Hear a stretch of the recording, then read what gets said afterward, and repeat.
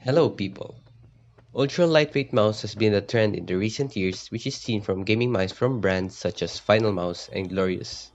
One of Razer's take on this trend is the Viper Mini. Today, I'm going to be sharing my personal thoughts and review on the Razer Viper Mini. It is pretty surprising that Razer decided to get into the budget market.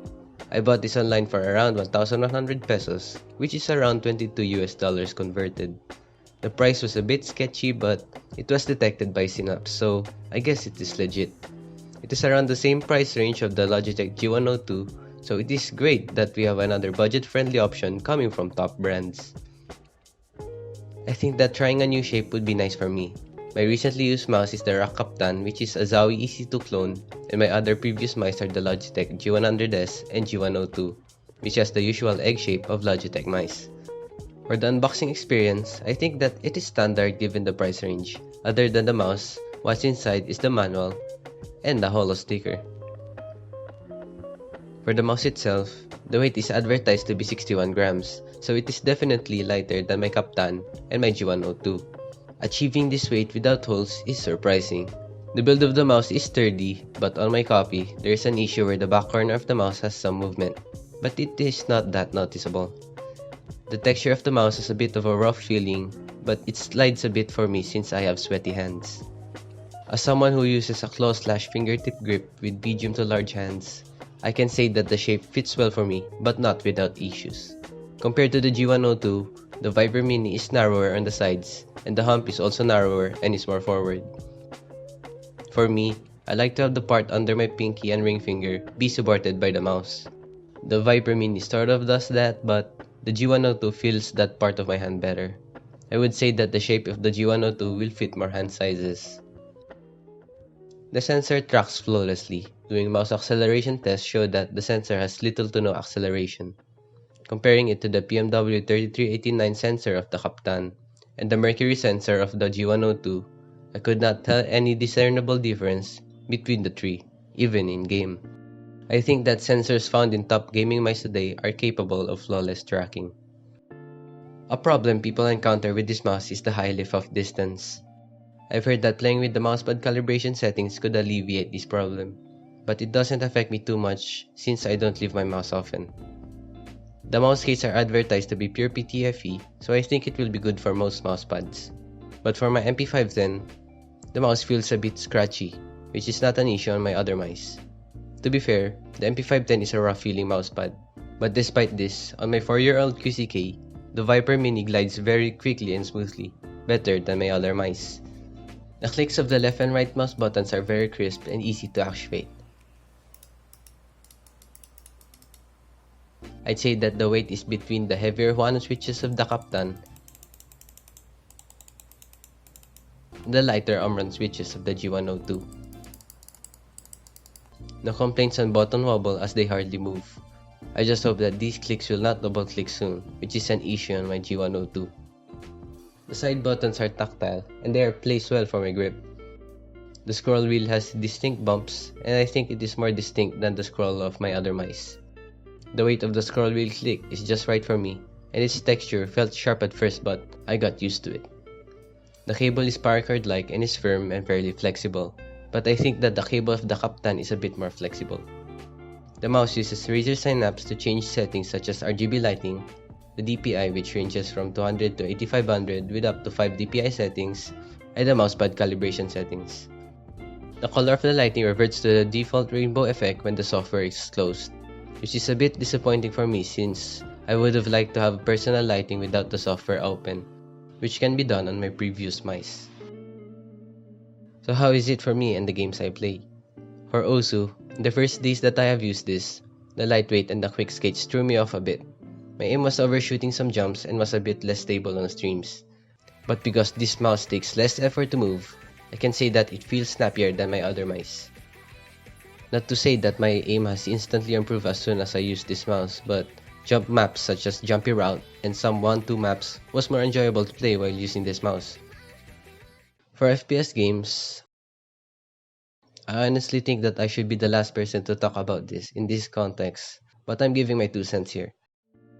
Just like in Osu, the weight threw me off a bit, but the weight and the smaller shape of this mouse helped me a bit in adjusting my aim, which helped on tracking scenarios on Kovacs such as kata IC fast strafes and long strafes. On good days, I was able to set new high scores in the scenarios with this mouse. Conclusion time.